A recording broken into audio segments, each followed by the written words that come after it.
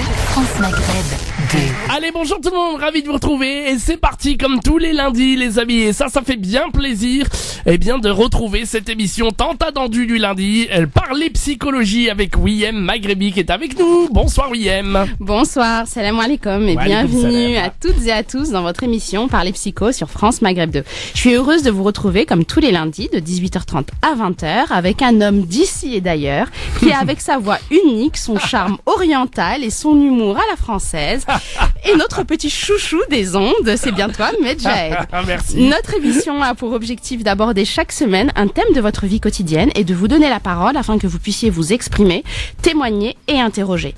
Au sommaire de l'émission d'aujourd'hui, je suis enfant de migrants et je ne me sens chez moi, ni ici, ni là-bas.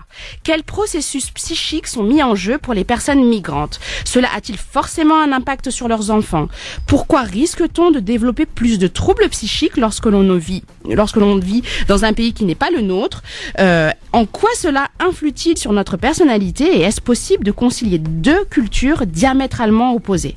Cette émission est la vôtre pour vous informer sur les solutions possibles ou les clés à votre disposition pour amorcer un changement. Nous espérons pouvoir vous conseiller et vous orienter le mieux possible. Peu importe notre origine, peu importe notre religion ou non, peu importe notre culture, la souffrance psychique derrière reste la même. Alors, qui que vous soyez, n'hésitez pas à nous laisser vos témoignages. Nous répondrons à vos appels ainsi qu'à vos messages sur ma page Facebook Maghrebi Wiem, psychologue musulmane, auquel nous tâcherons de répondre en direct. Cet espace est le vôtre, alors profitez-en et n'hésitez pas à nous contacter pour échanger ensemble au 0892 23 99 50. 0892 23 99 50. Et avant de commencer, Medjahed, je voudrais juste passer un gros énorme coucou à Christophe. Ah, très bien. Notre animateur du Grand Forum, oui, que je salue et je sais qu'il est en train de nous écouter. Ah big up à toi mon cher Christophe. Voilà, ça fait plaisir. Et bien voilà, on est parti avec ce thème. Vous allez pouvoir aussi nous appeler évidemment, ça vous concerne, ça nous concerne. Vous en avez marre d'entendre tu es un immigré ou alors là-bas au pays aussi on te dit elle migri. Ah voilà. Ou en France aussi on vous dit que vous n'êtes pas chez vous.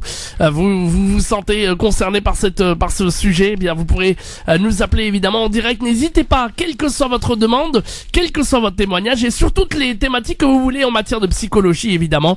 0892 23 99 50. Vous faites la touche étoile, le choix numéro 1 et je vous rappelle derrière, donc il n'y a pas de souci.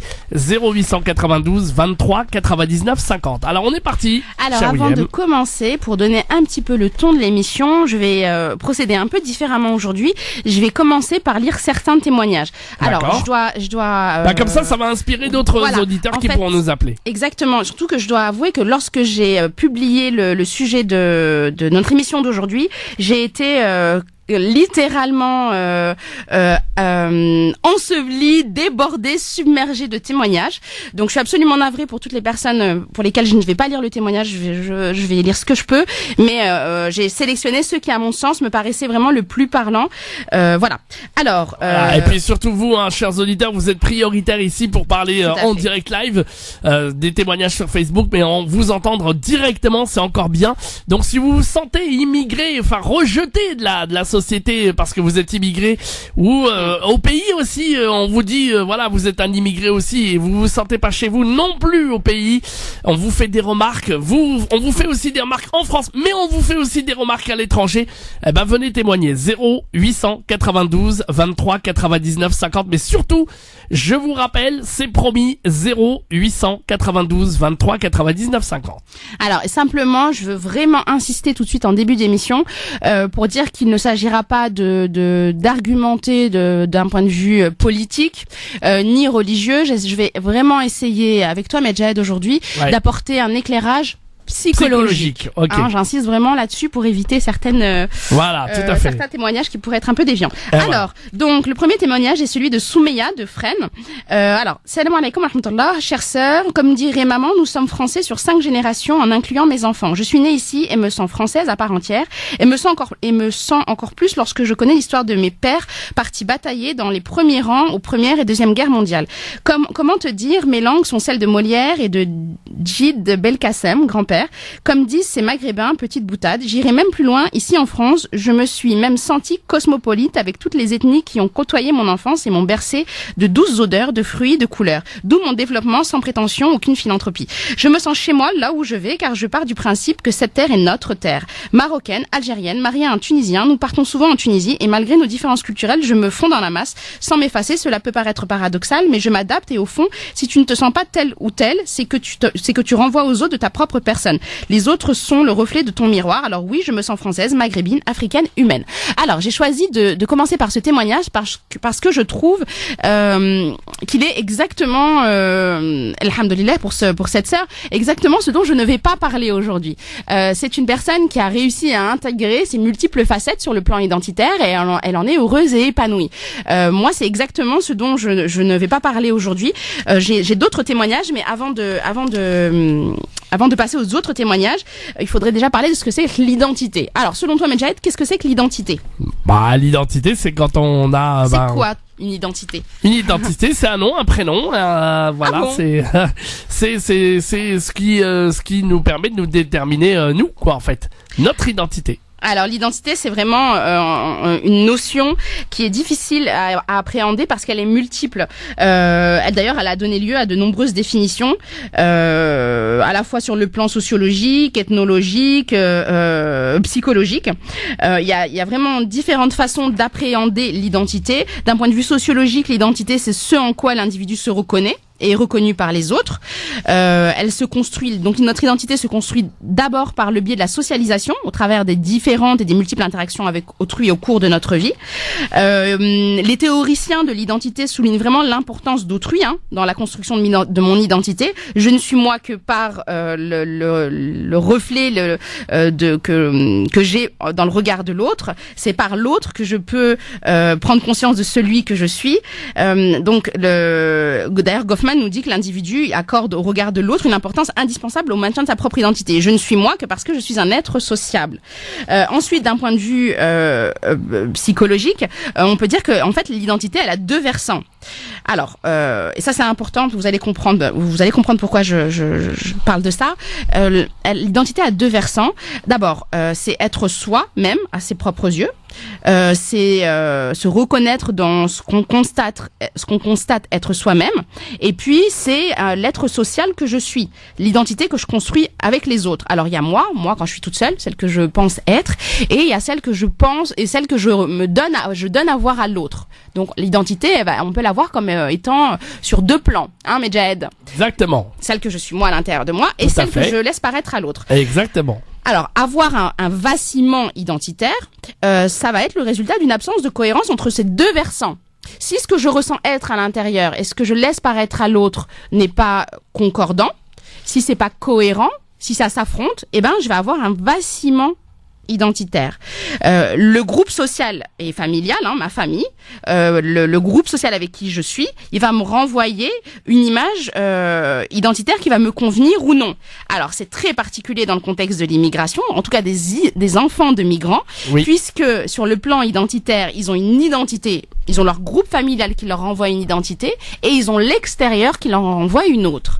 Et donc il y a de nombreux conflits qui vont sur le plan identitaire qui vont se créer du fait du décalage entre mon identité personnelle et l'identité que je renvoie à l'autre sur le plan social. Donc, quand on est dans ce cas-là, en tout cas pour les enfants de migrants, ce sont des personnes qui souvent vont être dans l'entre-deux identitaire. Exactement, c'est là le souci. L'entre-deux. L'entre-deux. On n'est pas juste par rapport au pays, c'est même par rapport à la conception de soi, comment on se voit soi-même sur le plan identitaire. Je vais être dans l'entre-deux. Et donc, je vais ressentir un manque d'unité par rapport à moi-même. Je vais me sentir double. Je vais me sentir divisée. Tu vois? Est-ce qu'on le ressent réellement, ça? C'est pas tellement, en fait, quand on est... Alors, tout dépend de comment on le vit. Mais bien entendu qu'on le ressent à un moment ou à un autre. Alors, justement, je vais te lire d'autres témoignages. D'accord. Alors, donc là, c'est le témoignage de Farah Kamassi qui nous dit « Depuis petite, je ne me suis jamais sentie à ma place. Ma mère est venue en France à l'âge de 7 ans et s'exprime parfaitement en français. Nos parents ne nous ont jamais parlé arabe. Pourtant, le regard des Français a toujours été présent. Aujourd'hui, plus encore, je ne me sens pas du tout française. Je ne sors quasiment pas seule, car je ne supporte pas leur regard, leur jugement. Cela m'handicape et me rend parfois paranoïaque. Aller à un rendez-vous chez un médecin que je n'ai jamais consulté avant me paralyse, car je me demande comment il va me voir. Les réflexions du genre, vous avez la CMU, ont renforcé encore plus ce sentiment. Pourquoi être arabe signifierait être pauvre ou dépendant du système social? Je suis profondément attachée à mon pays d'origine, l'Algérie. Pour autant, je ne me sens pas y appartenir. Je ne peux pas dire que je ne me sens pas algérienne, car j'aime mon pays. Alors aujourd'hui, je me sens apatride. Peut-être est-ce de là qu'est née ma passion du voyage. Elle dit un terme qui est extrêmement important. Apatride, elle c'est quand parle même d'apatride. Ça veut dire sans patrie, ça veut dire sans identité, sans rien. Sans nationalité. Ouais, mais ne pas avoir de pays. Bah non, puisque comme je te le disais, Medjahed, j'ai eu énormément de témoignages dans ce sens. On ne peut pas nier cette réalité. Moi j'attends les vrais témoignages. Enfin, bien sûr que c'était des vrais témoignages. Ce sont de vrais témoignages. Oui, je n'ai pas lu les centaines que j'ai reçues. Hein. Tout à fait. Non, voilà. Vous aussi, vous vous sentez, vous sentez que vous n'êtes pas ici chez vous et au pays, vous sentez aussi que vous n'êtes pas chez vous non plus. Venez nous proposer vos témoignages en direct à la radio. 0892 23 99 50. C'est le numéro de téléphone évidemment pour nous raconter tout ça, vos remarques, comment vous le ressentez. Et est-ce que psychologiquement ça vous touche?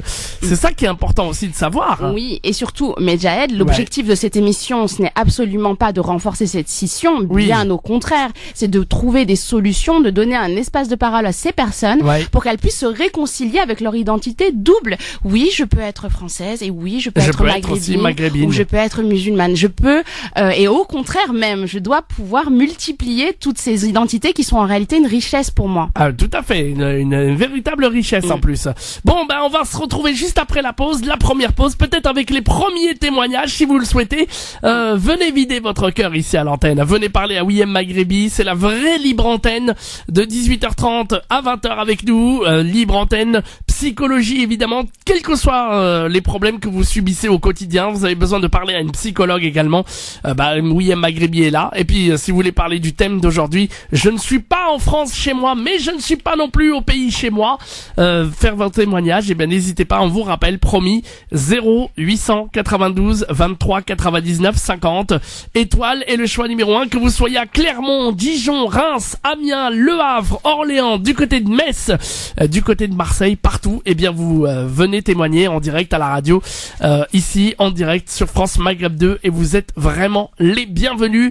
Vous pouvez aussi également rester anonyme, il n'y a pas de souci, donc n'hésitez pas. 0892 23 99 50. Étoile est le choix numéro 1, et je vous rappelle évidemment directement en ligne, comme ça vous n'avez pas à payer trop cher. 0892 23 99 50. On marque la pause et on revient. France Maghreb 2, France Maghreb 2. Et nous sommes de retour sur France Maghreb 2 dans l'émission Parler Psychologie avec Ouiam Maghrébi, psychologue musulmane évidemment. Et si vous avez envie de rencontrer Ouiam Maghrébi à son cabinet pour des consultations, vous avez besoin d'aide, vous avez besoin de parler avec elle, vous avez besoin de la rencontrer. Elle est spécialisée donc et surtout pour rencontrer les femmes, les couples et les enfants. Voilà. Notamment la question de l'interculturalité, puisque je suis psychologue clinicienne interculturelle. Ah voilà. C'est le sujet d'aujourd'hui. Et voilà, donc si vous avez envie de la rencontrer, si vous avez envie de prendre un rendez-vous avec elle, vous l'appelez au 06 25 17 65 36, je répète 06 25 17 65 36, uniquement s'il vous plaît pour les rendez-vous. Et merci parce que vous êtes très nombreux et nombreuses surtout à lui faire confiance. Donc n'hésitez pas, donc en tout cas à prendre rendez-vous, elle trouvera un créneau évidemment pour vous aider. La satisfaction de Ouiam Maghrébi, c'est de vous vraiment de vous aider en tant que psychologue musulmane. 06 25 17 65 36. Ouiam, on est reparti avec le thème du jour. Et il inspire déjà beaucoup d'appels, beaucoup d'auditrices et d'auditeurs qui nous appellent au standard. Vous vouliez rajouter quelque chose peut-être? Non, je voulais juste donner la définition de ce que c'est que l'immigration, un immigré. Mais les appels d'abord parce qu'ils sont là, ils veulent témoigner. Vous pouvez nous appeler, on vous rappelle derrière 0892 23 99 50 pour parler à Ouiam. Et on va commencer par la première auditrice. Elle nous appelle de Metz. Elle s'appelle Leïla. Bonsoir Leïla. Est-ce que Leïla est là? Faut peut-être que j'appuie sur le bouton Leïla. Bon, alors Leïla, il faut que je la revoie. Ah oui, alors en plus, je vais pas garder le truc. On va la rappeler tout de suite, hein, Leïla. On se retrouve dans une seconde. Allez, le premier témoignage d'une auditrice, William, on va la prendre rapidement parce que je crois qu'elle est dans un truc un peu compliqué, donc on va la prendre tout de suite. C'est Leïla. Leïla, est-ce que vous m'entendez de Metz? Oui, je vous entends. Eh ben parfait. Bonsoir. William Maghrebi vous écoute. Bonsoir. Bonsoir, c'est Malcolm. Bonsoir. Bonsoir, on vous écoute, Leïla.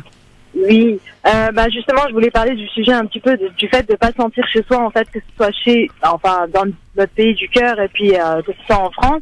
Le problème d'être toujours, en fait, comme une immigrée, parce que moi, je suis algérienne et en Algérie, on me dit immigré. Et en France, on me dit enfant d'immigré ou immigré. Donc, c'est assez compliqué, on va dire. C'est de pas se sentir quelque part, chez soi, quoi. Oui, c'est ça. Donc c'est compliqué, oui. C'est particulièrement compliqué parce que c'est vrai qu'en fonction de l'accueil qu'on va nous réserver, que ce soit dans le pays natal ou le pays d'origine de nos parents, en fonction de cet accueil-là, on le vivra plus ou moins bien. Donc vous avez l'impression d'être mal accueilli quand vous partez?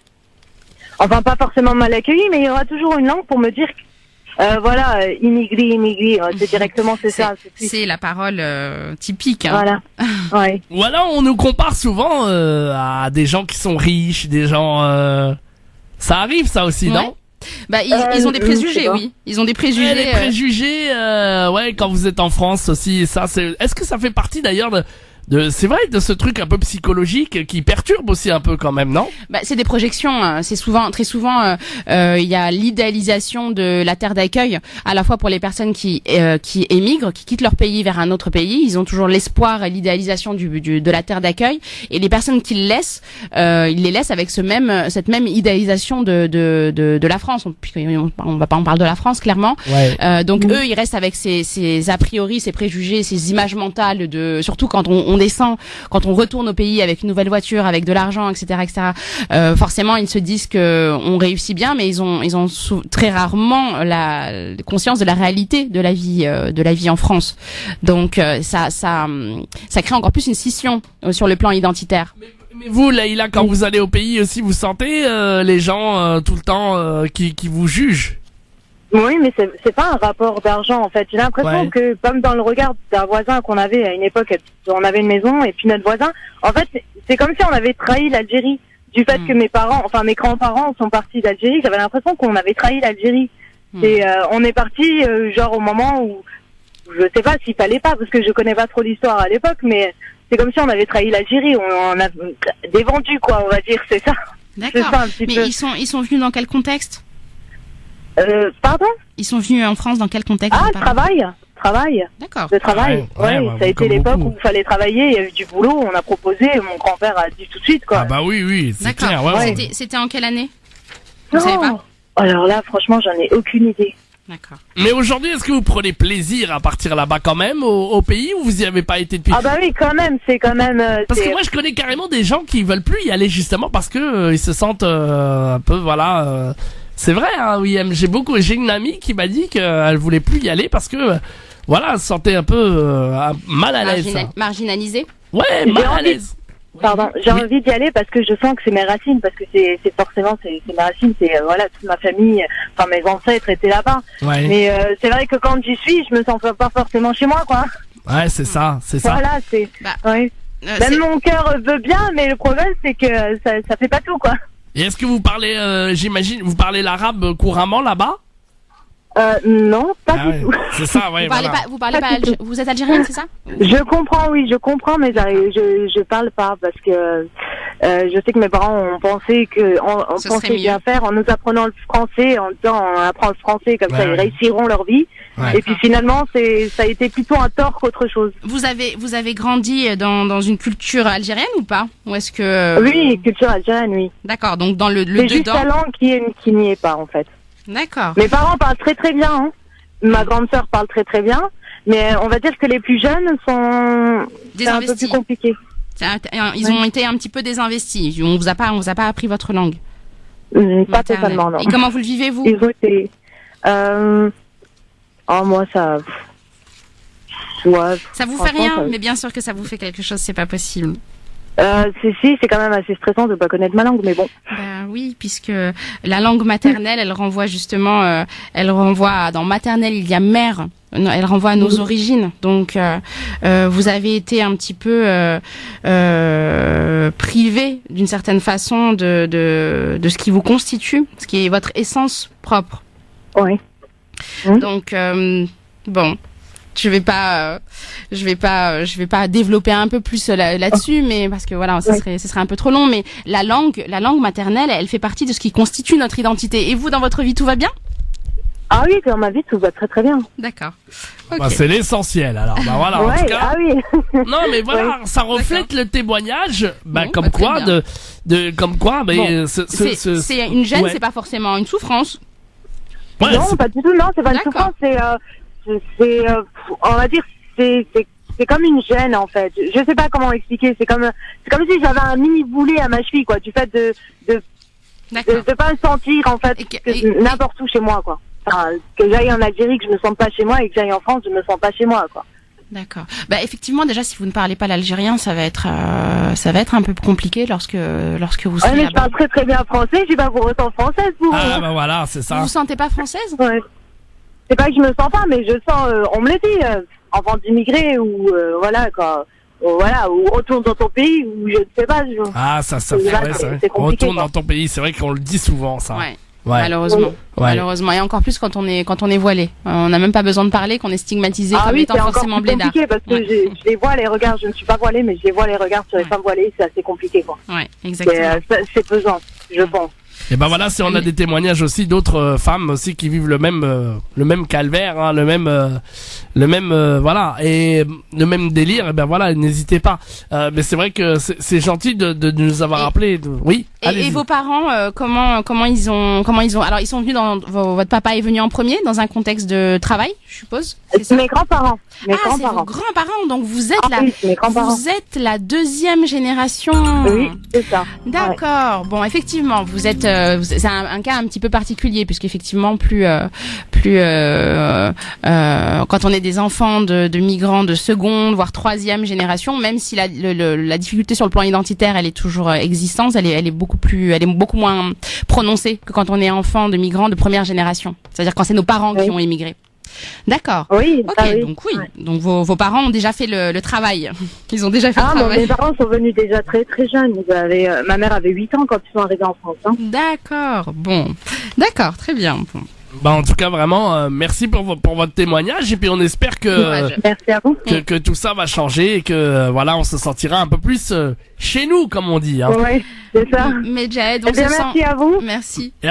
Bon courage pour la suite. Bon week-end. Bonne semaine. Oui, vous disiez oui Emma. Mais Jade, on se sent chez nous là où on crée notre cocon. On peut se sentir partout chez nous. C'est vrai, vous avez raison. D'autres témoignages en tout cas et d'autres auditeurs si vous voulez témoigner sur ce thème évidemment. Est-ce que vous vous sentez chez vous en France ou pas? Et si je me sens pas chez moi ni en France ni au pays, bien vous pouvez témoigner, vous pouvez nous dire ce que vous ressentez de tout ça, comment vous jugez tout ça, vous avez envie de pousser un coup de gueule. Eh bien le numéro du standard qui vous est ouvert 0892 23 99 50. On est parti à Metz. Et ben voilà, les Marseillais, les Clermontois, tous ceux qui ont envie de témoigner, vous êtes les bienvenus. On vous rappelle derrière, promis. Si vous voulez témoigner en direct, je prends votre numéro de téléphone. Je vous rappelle direct, donc n'hésitez pas. 0892 23 99 50. Moi je suis très fier quand même d'avoir des témoignages et j'en veux encore plus avec WeM. Et déchaînez-vous, allez-y, parlez, venez vous exprimer. WeM Maghrebi aussi vous écoute sur tous les thèmes qui vous fait plaisir. 0892 23 99 50. Alors on va continuer. Oui. Moi j'encourage vraiment alors ce témoignage il est vraiment positif. J'encourage vraiment nos auditeurs qui sont enfants de migrants a priori de première génération, c'est-à-dire qu'ils ont des parents qui ont immigré en France. J'encourage vraiment ces personnes-là à s'appuyer aussi bien sur la culture de leurs parents que sur la culture française. C'est à eux de trouver leur propre récit, leur propre manière de voir les choses à partir des manières de faire d'ici, du monde actuel dans lequel ils peuvent trouver leur appartenance. Les enfants de migrants, ils ont la spécificité d'être vraiment dans un travail de métissage du passage du dedans de la maison au dehors avec une autre langue. Justement, là, c'est un peu particulier pour cette auditrice qui nous a fait qui nous a laissé son témoignage, puisque ses parents lui parlaient dans la langue du pays, mais il y arrive des moments, très souvent, où les parents ne parlent pas la même langue. Donc les enfants de migrants, ils doivent osciller entre deux cultures, entre deux représentations du monde. Contrairement à leurs parents, eux, ils sont nés en France, et malgré ça, ils doivent trouver leur manière de faire de ce métissage un nouvel espace sur le plan psychique. Vraiment, la question de la migration, elle est vraiment actuelle. D'ailleurs, je vous passe l'agitation politique que cela suscite et des débats houleux. Donc ça, je vous invite à écouter des émissions qui sont particulièrement pertinentes dans la question, notamment le Grand Forum. Mais malheureusement, moi, ce que j'ai pu constater au cours de mes études, mais également en préparant cette émission, c'est que le champ de l'éducation, du soin, des sciences humaines et particulièrement de la santé mentale, elle reste imperméable à cette question. Donc c'est à nous, les psychologues, et je m'adresse là à tous les intervenants de la santé mentale, c'est à nous de travailler, de se pencher sur cette question pour nos enfants, de travailler sur la question de l'impact psychologique que peut avoir la situation de migration. Voilà pourquoi j'ai choisi de devenir psychologue clinicienne interculturelle. Alors c'est important pour nos auditeurs qu'ils comprennent bien ce que c'est que l'interculturalité. Donc je les encourage, quand ils sont migrants, d'aller vers ce champ de la psychologie. La psychologie interculturelle, c'est une discipline scientifique qui étudie les relations entre la culture et la psychologie des personnes. Elle postule que le psychisme humain, il est inséparable des éléments culturels qui sont propres à chacun. C'est-à-dire qu'on va disposer tous d'un même système de fonctionnement, d'une même structure psychique, avec des mécanismes et des constantes, mais le contenu, lui, il va être différent. Donc, peu importe, vous n'avez pas besoin en tant que migrant d'aller forcément vers une personne, si vous décidez de faire une psychothérapie, d'aller vers une personne qui serait migrante, comme vous, ou enfant de migrants comme vous. Simplement, le fait d'aller vers des professionnels qui sont sensibles à la question de l'interculturalité, c'est juste indispensable, parce que malheureusement, qu'ils en aient conscience ou non, et je suis aussi là pour dire ce qu'il en est, les praticiens occidentaux vont très souvent imposer leur manière de penser les mots et de classifier les maladies mentales. Ils sont de façon vraiment très implicite, sans qu'ils puissent s'en rendre compte, ils sont dans de l'acculturation. On a malheureusement derrière nous une longue tradition d'une médecine toute puissante, où le pouvoir médical il va chercher à classifier les manifestations humaines. On peut avoir, je vous donne un exemple très concret, très simple, qui va parler à beaucoup de personnes. On peut avoir par exemple dans la clinique migratoire des arabo-berbères ou musulmans, on peut avoir, je sais pas, une personne qui se pense atteinte d'un mal occulte. L'erreur classique, elle va être de considérer cela comme de la psychose, là où il y en a pas. Il faut aussi tenir compte de la culture de la personne pour qu'elle puisse être comprise de façon la plus globale possible. Bien, eh bien écoutez, on va prendre d'autres témoignages, en tout cas en direct à la radio, il n'y a pas de souci, vous êtes les bienvenus. 0892 23 99 50, et les Messins sont très nombreux, ma chère Wiem, à témoigner. Les Messins de Metz, les auditeurs de Metz évidemment, voilà, qui témoignent, et ça fait plaisir. 0892 23 99 50, vous nous appelez, je vous rappelle automatiquement derrière, il n'y a pas de souci. C'est le cas de Hachimi qui est avec nous, qui voudrait témoigner de Metz. Bonsoir Hachimi. Oui, bonsoir. Bonsoir. Bonsoir. Bonsoir, on vous écoute. En fait, moi j'étais en train d'écouter la radio, et il y a le moment où vous avez dit qu'on avait en fait une espèce de double identité, et que on avait une identité familiale, enfin on se comportait avec nos proches d'une façon. Et ce que j'ai compris, c'est que à l'extérieur on se comporte d'une autre façon, et moi j'avais l'impression que j'étais trop dedans en fait. D'accord. Ouais, donc du coup vous êtes reconnu dans ça. Voilà, d'accord. Exactement. Vous voulez nous parler un petit peu de vous? Alors, qui vous êtes, de quelle origine êtes-vous, comment vos parents sont venus en France, ou est-ce vous qui êtes venu en France? Enfin, dites-nous tout. Moi j'ai 34 ans, je suis d'origine marocaine. Oui. Moi, en fait, mon père, il a fait ses études au Maroc et il est venu en France par les écoles françaises pour faire tourneur. D'accord. Donc dans un contexte professionnel, pour des raisons économiques. D'accord. Oui, c'est ça. D'accord. Votre maman est venue en même temps que lui ou elle l'a rejoint? Elle l'a rejoint. D'accord. Et puis moi je suis marié, j'ai une fille, je travaille et puis. Alors comment vous vous sentez dans votre identité de Français? En fait, moi je suis vachement intéressé par la psychologie parce que j'ai lu quand même pas mal de bouquins là-dessus et puis c'est comme si j'avais besoin d'une thérapie à un moment donné en fait. Ouais. Pour savoir,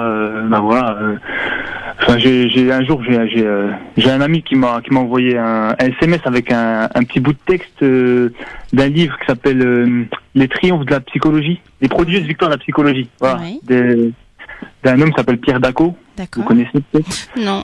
Il n'est pas spécialement connu dans la question de l'interculturalité, ça ne me dit rien, mais c'est pas grave. En fait, c'était que sur la psychologie, et puis du coup, je me suis intéressé, et puis ça m'a parlé. Est-ce que ça vous a apaisé, ça a rassuré des choses en vous, ça vous a permis de comprendre certaines de vos réactions? Ça a répondu à plein de questions, en fait. D'accord. Ok. Par exemple? En fait, c'était toute l'histoire du conscient et de l'inconscient, des archétypes et tout ça. Des fantômes, des cryptes. Voilà, et puis comment l'identité se faisait par rapport aux archétypes du père, de la mère, de l'ombre et tout ça. Oui. Et du coup, ça répondait à mes questions en fait. Et j'ai compris c'était quoi les projections. Et puis voilà, par exemple, il y avait une partie où ça parlait de l'ombre et qui disait que on reconnaissait son ombre en regardant les personnes qu'on n'aime pas en fait. C'est-à-dire C'est-à-dire, en fait, il disait que si maintenant une personne elle est un peu timide, comme moi par exemple, elle n'aime pas les autres timides. En fait. Oui, c'est ce qu'on appelle l'identification projective. D'accord, voilà. Mais vous, c'était plus en termes d'ombre que ça me...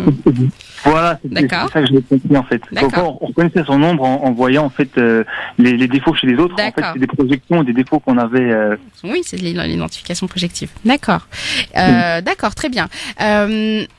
Est-ce que vous êtes au clair avec donc je vous repose la question avec le fait d'être marocain quand vous allez au Maroc, comment ça se passe? En fait, moi j'allais au Maroc quand j'étais petit. Ouais. Après, j'y suis retourné, mais plus rarement. Tous les 4-5 ans, j'y retournais. Et là, ça fait peut-être 6 ans que je suis pas retourné. Et c'est vrai que quand j'y vais, en fait, comment dire, c'est comme si je voyais pas en fait d'avenir là-bas. En fait, moi, je me vois pas retourner vivre là-bas, par exemple. Vous dites une chose importante. Vous dites, je me vois pas retourner vivre là-bas. Vous n'y avez jamais vécu. Pourquoi retourner? Non, j'ai jamais vécu, mais vous voyez comment on est le porteur d'un bagage extrêmement lourd en tant qu'enfant de migrants. Vous portez en vous ce qu'on appelle la mémoire transgénérationnelle. Vous portez l'histoire de vos parents en vous. Vous n'allez pas retourner. Si vous allez au Maroc, vous serez un immigré. Concrètement. Ouais. Eh ben oui. Vous serez un immigré puisque vous allez changer de pays et changer de terre. Voilà, en fait c'est justement comme je disais, vous avez mis le doigt sur l'histoire des deux identités. En fait, c'est ça que je pense. Je sais pas que je me sens pas ici chez moi, mais je sens que c'est pas mon histoire en fait. D'accord. En fait, c'est une toute nouvelle histoire. D'accord. Vous connaissez l'histoire du Maroc et de la France ou pas? Je vous invite à la découvrir. Du Maroc pas avec la France. Avec la France. Du Maroc avec la France. Oui. La relation entre le Maroc et la France. Oui, enfin, quand je dis ça, c'est plus l'histoire de la des migrations entre des Marocains entre le Maroc et la France. Comment se sont fait les premières migrations? Non, moi à part la vie de mon père, je connais pas l'histoire entre le Maroc et la France. D'accord. Je me suis pas intéressé. Il est venu, mais il faut s'intéresser. C'est votre identité. C'est votre identité. Comment? C'est même pas que je ne me suis pas intéressé, c'est que j'ai pas fait de recherche là-dessus en fait. Moi, j'ai fait des recherches un peu plus sur la civilisation arabe, on va dire. Non, intéressez-vous à l'histoire de l'immigration marocaine. C'est important parce que ça va vous aider à comprendre l'histoire de votre père. Ça va vous permettre de comprendre ce qui s'est joué pour lui. Pourquoi la France? Et c'est extrêmement important parce que ça a eu un impact sur votre conception et sur l'éducation que vos parents vous ont donnée. C'est à partir des années, si je dis pas de bêtises, les années 1910 que on peut situer vraiment le début du mouvement migratoire des Marocains vers la France. Et ce n'est que entre 1914 et 1918 que on commençait à compter les premiers travailleurs marocains. Ils étaient à peu près 15 000. La vraie migration, elle est devenue très importante pour les Marocains à partir des années 1970. Alors je sais pas en quelle année votre papa est venu. C'est ça. Mon père, il est venu en 68. D'accord. Donc il est venu vraiment pendant la période de la grosse vague d'immigration. Donc c'était la période où on venait en France pour gagner de l'argent. Est-ce que vous savez si votre papa, en venant en France, il avait ce qu'on appelle en psychologie le mythe du retour? Est-ce qu'il a évoqué, il faut l'interroger, hein, est-ce qu'il avait le projet de retourner au pays, de ne pas finir sa vie ici? Bah oui, en fait, moi, mon père, il a construit une maison là-bas et tout. Et il a passé sa vie à la construire au Maroc. Et pour lui, il pensait pas... même nous, on se marie ici, qu'on connaît des enfants ici, je pense... Ils n'avaient pas le projet forcément de rester s'installer définitivement ici. Et aujourd'hui, qu'est-ce qu'il vous dit? Est-ce qu'il va retourner au pays ou pas? Même mon père, il me dit, on a nos terres là-bas et tout, faudrait y penser et tout. Est-ce qu'il veut mourir là-bas? Est-ce qu'il va être enterré là-bas? Vous savez pas? Non, je sais même pas. Ah, vous posez des questions. Mais oui, mais c'est important, Medjed, parce que c'est son histoire. C'est son histoire unique. Si je ne connais pas mes racines, voilà. Faut s'interroger parce que si je ne connais pas mes racines, si je suis pas stable au niveau de mes fondations, comment je peux aller de l'avant et je peux avancer dans ma vie. C'est juste indispensable sur le plan de son identité de savoir l'histoire de son papa, de sa maman. Comment votre maman est venue en France, dans quel contexte? Alors, question très importante, excusez-moi, mais c'est aussi pour nos auditeurs, pour qu'ils puissent eux aussi se questionner par le biais de votre témoignage. Est-ce que votre maman parlait le français? Est-ce qu'elle savait lire et écrire? Ma mère, elle sait lire et écrire, elle parle français. Par contre, elle a tout appris ici. Elle a tout appris ici, en fait, comme beaucoup de mamans. Donc, elle a appris après votre naissance? Alors moi, de souvenirs, j'ai toujours vu lire, mais pas lire, comprendre un livre, quoi, mais au moins lire les mots, les phrases. Mais si elle reçoit un courrier, c'est nous qui... Voilà. Bah oui. Voilà.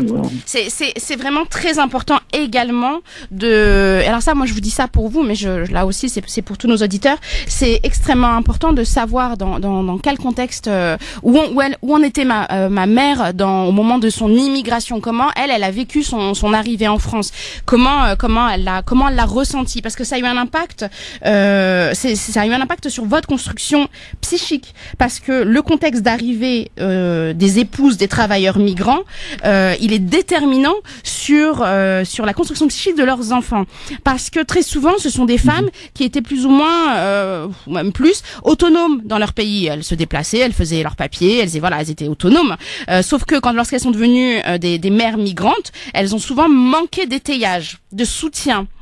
Quand elles ont dû s'installer en France, elles comptaient que sur le mari. Il y a peut-être moyen d'avoir des témoignages aussi de personnes qui ont vécu ça. N'hésitez pas, en tout cas. Très souvent, ces épouses, elles avaient vraiment un grand espoir qui s'est soldé par les désillusions. Moi, combien j'ai de femmes en consultation, de mamans, qui me disent, je suis venue ici, je pensais que j'allais tout trouver, j'ai rien trouvé. Je me suis retrouvée toute seule. J'arrivais pas à m'occuper de mes enfants, j'arrivais pas à faire les papiers, j'arrivais pas à parler. Je comprenais pas la logique du système de l'école, de la sécu, de la CAF, etc. Elles devaient accomplir des tâches pour lesquelles elles n'étaient pas préparées, et souvent, malheureusement, et c'est une réalité, les enfants devenaient les parents de leurs parents. C'était à eux de traduire les papiers, c'était à eux de faire les démarches. Mais ça, c'est extrêmement difficile. C'est extrêmement difficile pour un enfant de devenir le parent de ses parents. Parce que ça l'empêche, parce que ça, c'est un contexte très particulier où ça l'empêche de grandir, d'apprendre et de grandir normalement. Les parents, c'est pas de leur faute. Ils vont investir l'enfant Ils vont même le contraindre parfois à réussir. Il reste 30 secondes. Oui, excusez-moi. Le contraindre à réussir et c'est effectivement c'est un peu dommageable. Et en plus, très souvent, le premier enfant, alors moi, là aussi c'est pour nos auditeurs, interrogez-vous. Très souvent, le premier enfant, c'est celui sur lequel on va projeter tous nos désirs, tous nos attentes, on va vraiment le surinvestir. Et très souvent, ce premier enfant, c'est celui qui présente le plus de symptômes. Je parle des enfants migrants. Bon, alors on aura peut-être des enfants migrants qui pourront témoigner par rapport à ça. Oui, monsieur, pardon. Vous vouliez rajouter quelque chose, une dernière chose, allez-y. Oui, en fait, c'était pour dire que ça correspond parce que ce qu'elle disait, c'est moi j'ai ma grande sœur qui s'occupait de tout. Ah voilà. Et c'est vrai qu'elle était surchargée, puis il y a un jour, elle est partie quoi. C'est ça, parce que cette situation-là très particulière fait que ce sont des enfants qui sont beaucoup plus vulnérables sur le plan psychologique et qui risquent donc beaucoup plus de développer une souffrance à l'âge adulte. On a dans l'adolescence déjà et une souffrance à l'âge adulte. Ça c'est vrai ça. Merci beaucoup de votre témoignage monsieur parce que vous avez fait preuve de vraiment beaucoup de quoi. Et puis cette recherche là moi qui m'a épaté. Je vous invite encore une fois à lire l'histoire le contexte historique de l'immigration de votre papa en France. OK, vous m'avez dit à partir de 1910. 70. Oui, ça a commencé déjà en 1914 mais la première grosse vague d'immigration c'était en 70.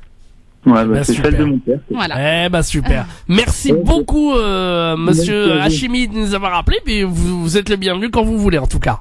Je vous remercie. Merci, très bonne soirée. Au revoir, de très très beaux témoignages. Et vous aussi, vous continuez à témoigner évidemment en direct à la radio 0892 23 99 50 étoile et le choix numéro 1. Voilà, si vous avez été un enfant d'immigré, voilà, qui tout reposait sur vous, évidemment, vous avez connu des parents, vous avez dû les aider, vous avez dû les faire tout pour eux et ça, voilà, ça vous a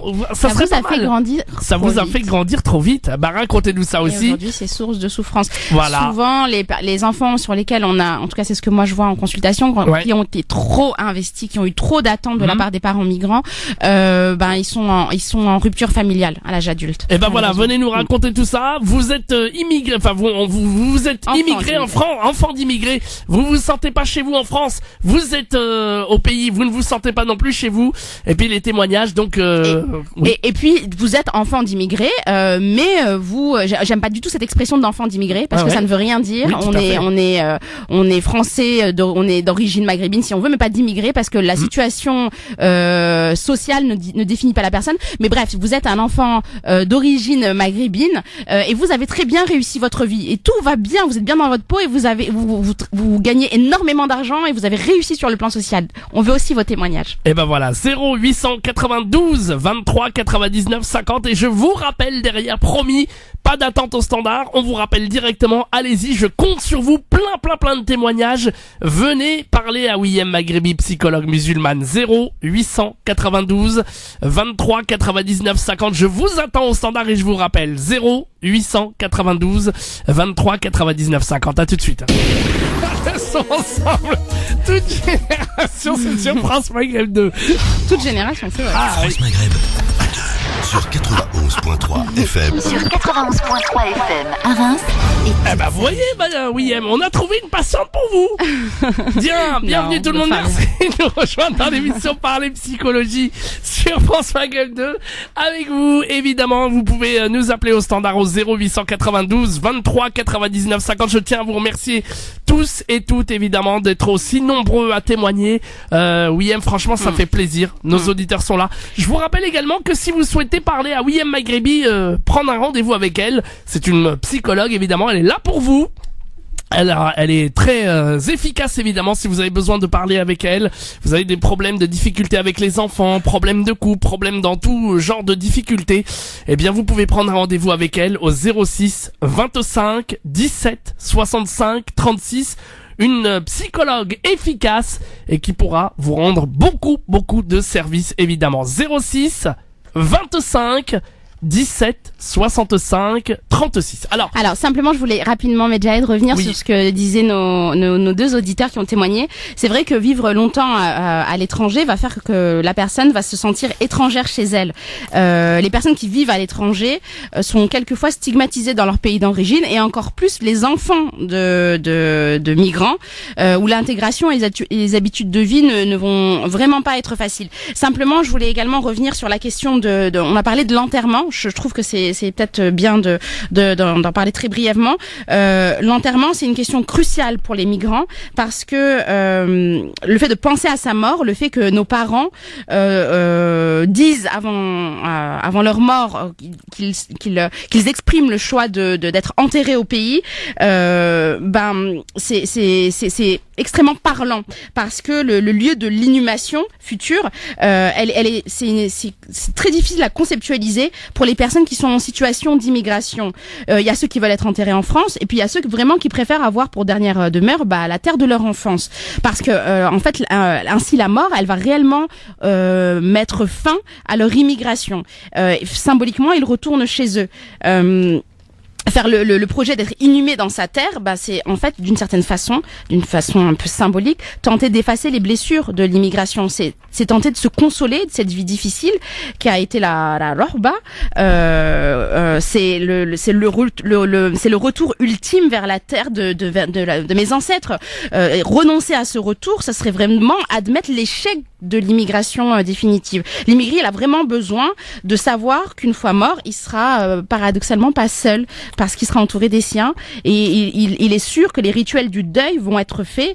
Il a vraiment besoin de savoir qu'il va réintégrer sa communauté d'origine. Donc, petit message aux enfants de migrants, si vos parents veulent être enterrés dans leur terre d'origine, encouragez-les et facilitez-leur enterrement dans le pays d'origine. C'est vraiment Inch'Allah. extrêmement important. bravo en tout cas pour ce témoignage. Allez, on va prendre des auditeurs avant de parler témoignage aussi.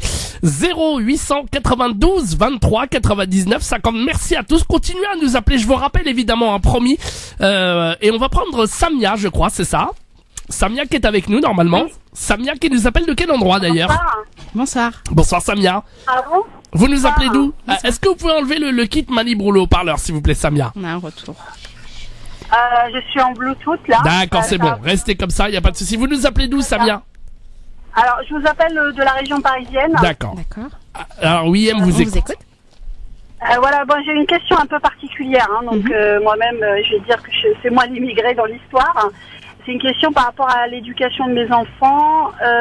En fait, ils apprennent l'arabe littéraire, etc. Ça, tout va bien. Je me pose la question surtout pour l'apprentissage de l'histoire de nos pays d'origine, parce que en fait, mon mari est d'origine tunisienne et moi-même je suis algérienne. Et moi j'ai appris, j'ai fait toute ma scolarité en Algérie.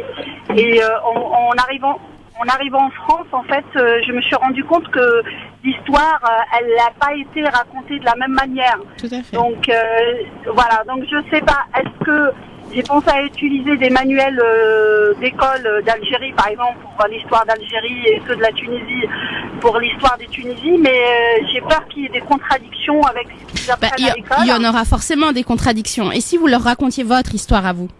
Parce que ce qui est le plus intéressant, c'est l'affect, c'est les émotions que vous allez transmettre dans le fait de raconter cette histoire. Parce qu'en réalité, les informations, quand ils seront plus grands, vos enfants, ils les auront. Quel est l'intérêt de raconter une histoire?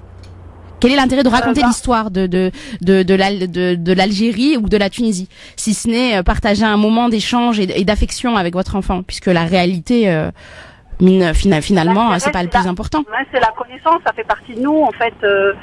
Pour moi, c'est primordial que mes enfants connaissent l'histoire de leur pays d'origine. Au-delà de mon histoire personnelle, que je la raconte bien sûr au quotidien, ils connaissent mon histoire, mais voilà, c'est surtout l'apprentissage académique, comme ils le font pour l'histoire de la France à l'école. J'aimerais bien qu'ils apprennent aussi, comme je l'ai fait moi et leur père. Donc on est bien d'accord que vous êtes tous les deux en situation d'immigration, hein? Oui, bien sûr. Et vos enfants sont nés ici? Oui, mes enfants sont nés ici et voilà. Mais c'est extrêmement positif que vous vous posiez cette question et que vous soyez dans cette démarche de vouloir leur transmettre ce qui constitue votre identité. C'est ce qui fait votre culture d'une certaine façon. C'est ce qui fait celle que vous êtes. Et moi, déjà, première des choses, je trouve ça vraiment très très très très positif parce que peu de parents immigrés se sont posé cette question. Je peux vous poser une dernière petite question, s'il vous plaît. Vous avez fait des études, vous avez quel niveau social? Ah oui, en fait, moi je suis arrivée, je suis de formation d'ingénieur et Super. je suis arrivée en France dans le cadre de mes études et on est resté pour travailler. Mon mari est venu aussi. Voilà, Ceci explique cela. Alors, je sais pas pour stigmatiser les personnes qui sont issues d'un milieu social un peu moins important, mais très souvent, c'est typiquement ce que je rencontre avec mes patientes. Ce sont très souvent des intellectuels qui ont une grande conscience de l'histoire de leur pays. Alors je suis pas de patriotisme, mais voilà, qui ont une grande conscience de qui ils sont, parce qu'ils ont fait des études, parce qu'ils ont appris, parce qu'ils sont insérés socialement dans leur pays d'origine. Très souvent, c'est des questions qu'on retrouve chez ces personnes qui décident d'émigrer dans un autre pays. Est-ce que vous êtes un peu ce qu'on appelle vous faites partie de ce qu'on appelle un peu la fuite des cerveaux, c'est-à-dire que vous êtes venu pour un emploi Oui, voilà. Effectivement. Oui. D'accord. J'en fais partie. On est d'accord. Très bien. Alors, moi, le conseil, effectivement, que je peux vous donner, c'est racontez-leur, bien entendu, l'histoire à votre sauce, entre guillemets, puisque c'est ce qui fait celle que vous êtes, sans faire abstraction de l'histoire qui est racontée en France, parce que de toute façon, dans les manuels français, puisque de toute façon, ils vont passer par là, il faut vraiment leur présenter en leur disant, voilà ce que moi, je sais, voilà ce que toi, en tant que Français, tu vas apprendre.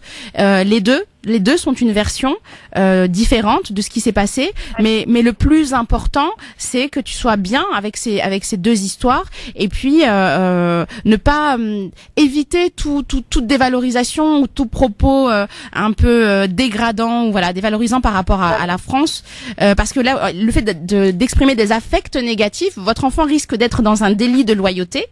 C'est un peu comme deux parents qui divorcent.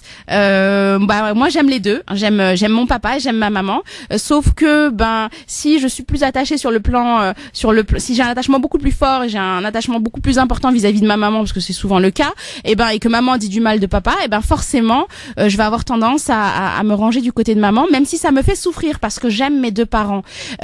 Essayez de ne pas créer cette scission dans l'esprit de votre enfant et de bien leur présenter les choses des deux façons différentes, en leur disant les deux existent, c'est comme ça, mais c'est ce qui fait celui que tu es, et il y a pas d'opposition possible. Vous voyez? Même si vous, au fond de vous savez bien que la version algérienne, elle est la plus plausible, c'est parce qu'on remet pas ça en question ici, de toutes les façons. Donc, mais voilà, essayez d'éviter les affects négatifs quand vous expliquez la version française de l'histoire à votre enfant. Parce que c'est la seule chose qu'il va retenir. Votre enfant ne va retenir. Un enfant retient au-delà des mots qu'on va employer, au-delà des termes qu'on va utiliser, il va surtout retenir les affects, les émotions que vous allez mettre avec. Donc voilà, si vous expliquez les choses de façon neutre et bienveillante, il n'y a pas de souci pour que il y a après de difficultés à l'adolescence ou à l'âge adulte dans sa construction identitaire. Vraiment, il faut essayer de lui présenter les choses de façon apaisée, même si je sens bien que c'est pas trop apaisé pour vous. Ah oui. J'ai bien compris. J'ai bien compris, mais là il faut penser à vos enfants et au fait que surtout si vous avez le projet de rester vivre ici, surtout si vous n'avez pas de mythe entre guillemets de retour, surtout si vous avez l'intention de les éduquer ici, il faut leur donner les deux histoires, les deux versions, mais avec le moins d'agressivité ou de rancune possible, entre guillemets. En tout cas, merci beaucoup Samia de votre témoignage. Parfait. Merci beaucoup. Et je vous dis à très bientôt. Merci à vous. Plein de témoignages, alors vraiment qui vont dans le fond, hein. Oui, mais ça c'est vraiment bien. Hein. Vous êtes les bienvenus. En tout cas, si vous voulez vous aussi témoigner, vous êtes ici vous n'êtes pas en France chez vous n'êtes pas non plus en France au Maghreb, mais au contraire, ou alors des témoignages qui disent que vous êtes totalement bien intégré, au contraire, vous êtes voilà. Mais Jahed, d'après toi, en dehors du fait que nous soyons les héritiers d'une tradition arabo-berbéro-musulmane tous les deux, en dehors de ça, penses-tu que tous les êtres humains sont des exilés? Selon toi, allez, petite question. Bah oui, quelque part oui. Bon, nous sommes tous des exilés. Évidemment. Quel est le premier exil? Premier exil, la terre. Le premier exil, sur le plan mythique, c'est la première migration. Elle a commencé avec Adam et Ève. Ah bah voilà, bah oui. Mais alors, vers la zone défendue du paradis.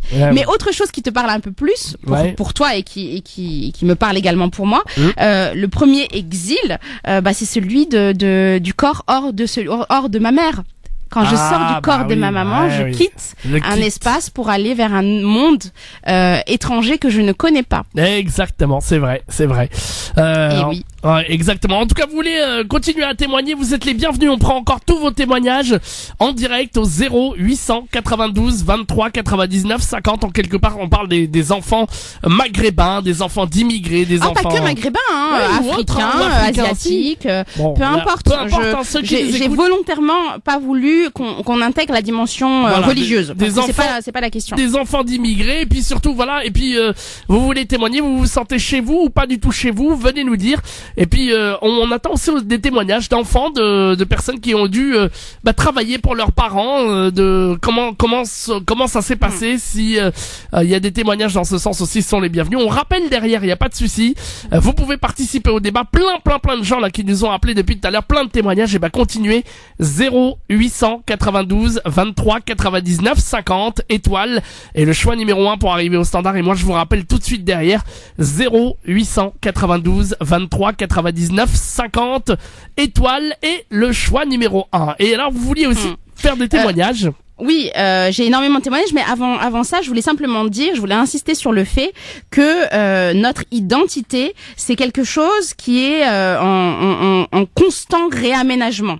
On n'est jamais le même avec le temps, avec les situations, avec les expériences. On est tout le temps en train de changer, puisque la fonction première de l'identité, c'est de s'adapter à l'environnement que l'on a face à nous. Le sentiment d'identité, on a trop longtemps cru que c'était quelque chose qui perdurait dans le temps, ce qui est absolument pas le cas. Avec la psychologie interculturelle, on se rend bien compte qu'en réalité notre identité, elle est plurielle. On n'a pas une identité. J'ai mon identité d'enfant, j'ai mon identité d'employé, j'ai mon identité de sœur, j'ai mon identité d'ami, etc., etc. Notre identité, elle est plurielle. Et ce dont parlait notre auditeur tout à l'heure, c'est quelque chose de très important. Quand il disait qu'il se sentait être double, il est en fait dans quelque chose qui s'appelle un processus d'interculturation. L'interculturation, c'est le fait sans en avoir conscience, Medjad, même si parfois on en a conscience, sans en avoir conscience, c'est le fait de s'efforcer à parvenir à créer un équilibre,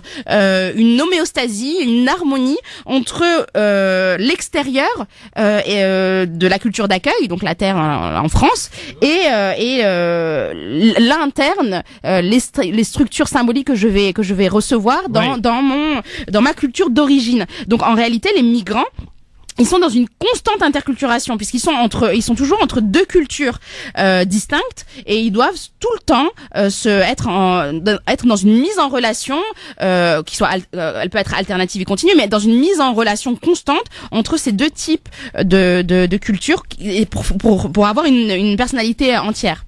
Et voilà, on va marquer la pause, comme ça on va pouvoir parler de tout ça et les témoignages des auditeurs et puis des témoignages que vous avez aussi sur Facebook. Oui, j'en ai pas mal. Ah là là, oui, permettez-moi de vous offrir, grâce au nom de Dalila, un bonbon.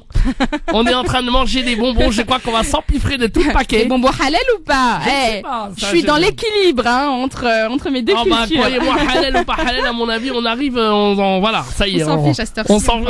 On prend tout ce qu'il y a. Je crois c'est clair. Allez, on va revenir dans un instant. Les témoignages des auditeurs, évidemment. 0892 23 99 50. Étoile et le choix numéro 1. À tout de suite sur France Maghreb 2. 0892 23 99 50. Dalila, on fait de la radio quand même, hein. On travaille. À tout de suite. France Maghreb 2. France Maghreb 2. Bon, oui, excusez-moi. C'est vivant, hein, c'est vivant sur les plateaux de. Aïe. Oui, elle s'est dit, mais qu'est-ce que c'est que ce Medjahid que je ne connaissais pas? Ah oui, mais c'est justement, tu es en train de montrer une autre facette de ton identité. Aïe. Voilà, exactement. Ça ne m'étonne pas. Bienvenue dans l'émission Parler Psychologie et on embrasse évidemment tous ceux qui nous écoutent. Je rappelle évidemment que Wiem Maghrebi est spécialisée dans la psychologie. Évidemment, elle est là, notre psychologue évidemment qui peut vous rencontrer d'ailleurs en rendez-vous si vous le souhaitez. Elle peut rencontrer les couples, les enfants évidemment et tous ceux qui ont vraiment envie de parler avec Wiem parce que vous avez des difficultés, quelles que soient les difficultés, rentrez en contact avec elle. Vous pouvez la joindre au 06 25 17 65 36. Je répète, 06 25 17 65 36. Et si vous n'arrivez pas à la joindre, vous pouvez lui envoyer un texto. Parce que c'est peut-être plus facile par texto, non? Tout à fait. Voilà, c'est plus simple, comme ça elle peut vous recontacter. 06 25 17 65 36. On parle de... Alors, juste tout à l'heure, j'ai insisté sur le fait de connaître son histoire. Oui. On a eu un auditeur et donc je lui disais que c'était important qu'il connaisse l'histoire de l'immigration, de son pays, etc. Si j'insiste là-dessus, vous allez comprendre pourquoi. Je vais prendre l'exemple de l'Algérie. Ouais. De l'histoire de l'immigration de nos papas et mamans algériens. J'insiste sur le fait qu'il faut travailler avec l'histoire du peuple d'origine parce que chez les enfants migrants algériens, on est obligé en tant que psychologue, en tant que thérapeute, clinicien interculturel, on est obligé de prendre en compte la violence de certains comme étant la transmission chez eux d'un trauma qui n'a pas été élaboré. Alors là, t'as l'impression que je te parle chinois, mais tu vas comprendre. Oui, on est déjà parti là. Je vous ai perdu. Non, vous allez comprendre. Si le vécu des ancêtres et l'impact psychologique qu'a pu avoir en 1830 la conquête de l'Algérie par les Français ou même le début de la guerre d'indépendance en 1954 n'a pas été élaboré, c'est-à-dire que nos ancêtres, je suis pas algérienne mais c'est pas grave, nos ancêtres ont vécu avec la conquête de l'Algérie et ensuite l'indépendance, ils ont vécu des traumas, on est d'accord là-dessus, hein? Oui. Ça les a traumatisés, on est bien d'accord. Même à l'heure actuelle, ça continue. Voilà. Quand ça n'a pas été parlaboré, c'est-à-dire quand ça n'a pas été travaillé dans la mémoire groupale et transgénérationnelle, c'est-à-dire qu'il y a pas, on n'en parle pas avec nos enfants, nos petits-enfants, etc., qu'on ne dit pas ce qu'on a vécu, et ben ça va se transformer en psychologie, ce qu'on appelle en crypte, ce qu'on appelle des fantômes qui vont se transformer de génération en génération et vont finir par s'exprimer sous forme de violence. Quand j'ai une patiente qui présente des symptômes, par exemple d'agressivité ou de phobie ou d'angoisse, etc., je finis toujours à un moment ou à un autre par interroger mes patientes sur l'histoire de l'immigration de leurs parents, sur leur histoire, parce que c'est leur histoire. Qu'on le veuille ou non, de façon intergénérationnelle, il y a des choses qui sont transmises. Alors, quand je parle d'intergénérationnel, c'est-à-dire que faut imaginer que notre psychisme, d'une génération à l'autre, il va se construire en fonction du psychisme de nos parents. Je sais pas si tu me suis. Un petit peu, ouais. Voilà. Alors, quand il y a eu trauma et que ça n'a pas été travaillé, ça n'a pas été élaboré d'un point de vue thérapeutique, et ben ce trauma-là, il va se transmettre aux générations suivantes. Alors après, ça serait les mécanismes, ça va être difficile. Je vais juste les nommer pour nos auditeurs qui voudraient aller un peu plus loin. La transmission, elle va se faire par ce qu'on appelle les identifications, la symbolisation, l'introjection, l'incorporation, l'enculturation. Voilà. Bon, j'ai dit le terme pour les personnes qui veulent aller voir un petit peu plus loin. Ouais. Mais c'est important de comprendre dans quel contexte l'histoire personnelle de mes parents. Qu'est-ce qui a fait que ils sont venus ici et comment ils ont vécu leur immigration? Parce que c'est déterminant dans comment ils m'ont porté, aimé et comment ils m'ont considéré en tant que parent. Parce que mes parents n'auraient pas été les mêmes parents s'ils m'avaient élevé et éduqué dans leur pays d'origine. Et donc, qu'est-ce que ça fait, le fait d'être dans un pays étranger? Quel impact ça a eu sur mon éducation? Bah en tout cas c'est vraiment très intéressant, hein. C'est très intéressant et on pourrait encore développer des tonnes de minutes encore avec ça. Hein. On n'a rien dit, hein. Ouais, et on n'a absolument rien dit. Il nous reste très très peu de temps, donc on va déjà parler. Qu'est-ce qu'il nous reste? On a le temps d'un peut-être un dernier témoignage. Oui, si alors c'est rapide. Ah, oui, j'en ai plein des témoignages. Alors, rapidement, et puis après on parlera de votre gala, évidemment. Okay. Alors, j'ai le témoignage. On peut en parler d'ailleurs maintenant. Non, témoignage. Allez. Voilà. J'ai le témoignage de Saïd Soufou qui nous dit je suis né en France, issu d'une famille française et originaire de l'Est. Honnêtement, oui, je ne me sens pas tellement à ma place sur ce sol, car il est dénigrant surtout envers les convertis. J'ai vraiment l'impression que pour mes compatriotes, je suis une traître à leurs yeux. J'ai vendu ma religion de mytho, pour aller dans la vérité, bien que je n'ai jamais été baptisée. Mais c'est ce que... Alors c'est étonnant parce que c'est une Française, hein, de souche. Ouais. Mais voilà, son témoignage je le trouve très important parce qu'elle a migré vers une autre religion et donc vers un autre groupe, vers un autre groupe social. Donc je n'ai jamais été baptisée, c'est ce que je perçois à travers certains gus conservateurs de mensonges. Et puis il y en a, machallah, qui sont ouverts, s'approchent vers moi et n'hésitent pas à me traiter comme leur sœur, bien que nous n'ayons pas les mêmes convictions. Voilà pour mon témoignage. Je ne suis pas issue d'une famille du bled, mais c'est tout comme j'ai vécu parmi les gens du bled, de toutes les cultures et surtout à travers l'islam depuis gamine. Et alhamdoulilah, j'ai toujours été attirée. Alors moi, ce que je trouve vraiment de pertinent dans son témoignage, c'est que finalement, il nous oblige un peu à penser le rapport de l'humain au monde comme n'étant pas une suite d'équilibre harmonieux, mais plutôt comme une suite de coupures, de séparation, de reconstruction. Son témoignage, il vient dire que toute personne dans notre vie va avoir à certains moments dans sa vie à franchir des frontières.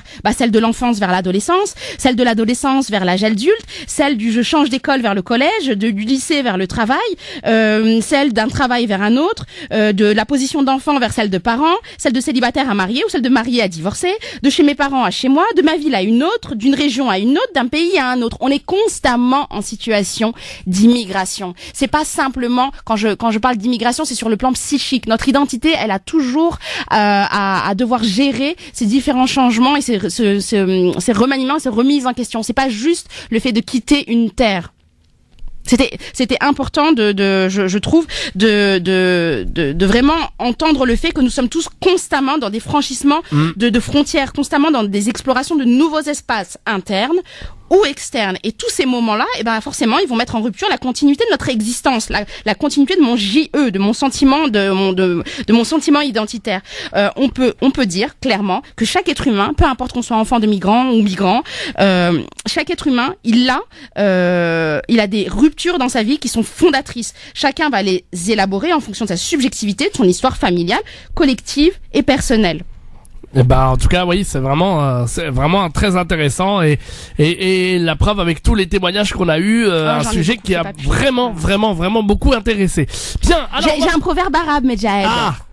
Qui est très très bien par rapport à la question de la transmission intergénérationnelle. Il y a un proverbe arabe qui dit: ce que tu as enterré dans ton jardin ressortira dans celui de ton fils. Et en arabe, ça dit quoi? Je ne sais pas. Mais je le trouve génial. Magnifique. Parce que il vient vraiment dire quelque chose de pertinent. Ouais. Ce que tu as enterré dans ton jardin, c'est-à-dire ton inconscient, ressortira dans celui de ton fils. Exactement. C'est exactement ça. C'est vraiment. Je trouve que ce témoignage, ce proverbe, il vient vraiment dire ce qui est de la transmission des traumatismes psychiques. Voilà. Et ouais, exactement. Et moi, vous m'avez tué quand vous m'avez dit que j'ai changé d'identité. Vous avez trouvé une autre identité. Oui. On est pluriel. Alors, vous me raconterez tout à l'heure. Juste simplement avant de conclure, avant de parler du gala, je voulais simplement dire à nos auditeurs que c'est à vous de vous construire votre monde, un monde qui vous conviendra à vous. C'est à vous de remplir ce vide de l'entre-deux. C'est à vous de mettre en place dans votre vie des choses qui vont vous valoriser par votre pluralisme. Si vous n'avez pas de place, c'est pas grave. Dites-vous que vous en avez 3. La place que vos parents vous ont transmis, la place que vous avez par votre terre de naissance et la place que vous avez à prendre. Vous êtes riche culturellement, socialement. Vous avez tout à apporter à votre pays, qu'il soit ici ou là-bas. Vous êtes beau parce que vous avez tous des valeurs que vous portez en vous. Et vous êtes important de par l'histoire de ce pays que vous portez en vous. Vous êtes indispensable à l'humanité qui vous habite. Faites-vous confiance et faites de votre monde, et donc ce monde, un monde meilleur. Ah, c'est beau, c'est magnifique. Et ben, j'espère que les gens en auront pris note aujourd'hui pour un sujet en tout cas très très très intéressant. Et alors c'est un sujet que je vais développer de façon un peu plus analytique et un peu plus approfondie lors du gala du 5 mars. Alors qu'est-ce que c'est que ce gala? Alors je serai présente au gala de l'AFMV, donc l'association des Français musulmans de Villiers-le-Bel, qui va se dérouler à la salle La Tonnelle de Villiers-le-Bel. Oui. Donc c'est un gala qui prône l'interculturalité et le vivre ensemble. Ça a pour objectif de récolter des fonds pour la grande mosquée de Villiers-le-Bel. C'est un projet juste magnifique. Je vous encourage. Alors soit à venir sur ma page Facebook, soit aller sur la page Facebook de la mosquée de Villiers-le-Bel. Il y aura entre autres Oumar Dourman, Mohamed Bejrafil, Nourdine Awissat. Il y aura également de magnifiques voix qui vont psalmodier notre Coran. Il y aura Boussena, Nid Lasri, Toukan. Voilà. Il va y avoir de nombreux prix à gagner, dont une Umrah. Ça va être un moment d'échange, donc de 14h à 21h, d'échange, de partage et de fraternité. Je vous encourage très très très vivement à venir à ce gala. Il y a un repas, je crois, j'ai entendu. Il y a également un repas, effectivement. Donc il y aura... je sais plus, c'est 40 € le tout, c'est 39 €. 39 €, voilà. Vous pourrez également m'y rencontrer si vous le souhaitez. Donc j'essaierai de me rendre disponible. Donc vraiment, on va aborder des sujets qui sont extrêmement pertinents. Et si vous avez l'envie de rencontrer ces penseurs de notre communauté, faut vraiment pas hésiter parce que vous allez vraiment lier l'utile et l'agréable, clairement. Alors on rappelle, c'est donc le dimanche combien? Le dimanche 5 mars, c'est ce dimanche de 14h à 21h à la salle La Tonnelle de Villiers-le-Bel. Alors attention, les places partent très vite, donc je vous invite à aller soit sur la page Facebook de la mosquée de Villiers-le-Bel ou de l'AFMV, soit de venir sur ma page Facebook et là vous avez toutes les informations. Vous tapez mosquée de Villiers-le-Bel sur Google et puis il y a même un lien, je crois, qui permet d'acheter directement les places. Ouais, que je n'ai pas en tête, mais vous mettez gala de l'AFMV, vous allez avoir toutes les informations. Gala, donc c'est le gala de l'AFMV. Voilà, c'est ça. AFMV, Association des Français musulmans de Villiers-le-Bel. Eh ben génial. Eh bien merci beaucoup Ouiem de nous avoir consacré encore une fois 1 heure de psychologie dans l'émission Parler Psycho. Je vous rappelle également que si vous voulez joindre Ouiem Maghribi pour prendre un rendez-vous avec elle, vous avez besoin d'une psychologue sérieuse, confirmée et de qualité surtout. Eh bien n'hésitez pas à l'appeler dès maintenant et à lui envoyer un texto 06 25 17 65 36. Je répète, 06 25 17 65 36. Elle rencontre les femmes, les couples et malheureusement pas les hommes. Donc les enfants. Voilà. Et les enfants, pardon, j'oubliais les enfants. 06 25 17 65 36. N'attendez pas qu'il soit trop tard. Prenez rendez-vous avec elle et vous verrez que vous aurez vraiment la possibilité de faire énormément de progrès. D'être compris dans sa culture et ses croyances. Exactement, d'être compris dans sa culture, dans ses croyances. 06 25 17 65 36. Mais Jahed, je souhaite à nos auditeurs, je te souhaite et je me souhaite la paix du cœur et je souhaite à tous nos auditeurs de devenir des clés du bien. France Maghreb 2, service, info, musique, divertissement. France Maghreb 2. France Maghreb.